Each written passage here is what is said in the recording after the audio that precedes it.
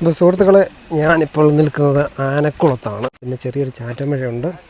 ഇതാണ് നമ്മളുടെ ആനക്കുളം. ഒരുപാട് നാളത്തെ ആഗ്രഹമായിരുന്നു ഇങ്ങോട്ടൊന്ന് വരണമെന്നുള്ളത്.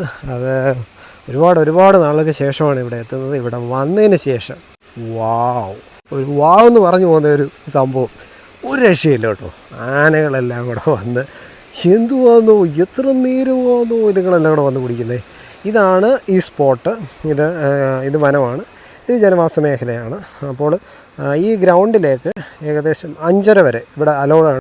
ഉദാഹരണത്തിന് ഇപ്പം ഞാനിവിടെ നിൽക്കുകയാണ്.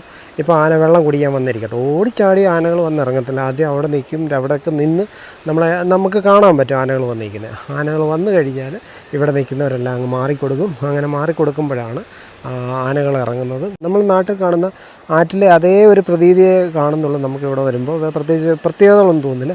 പക്ഷേ എന്നിരുന്നാൽ പോലും ഈ ഒരു ഭാഗം, അപ്പോൾ അവിടെ എന്തുവാണ് ഈ സംഭവം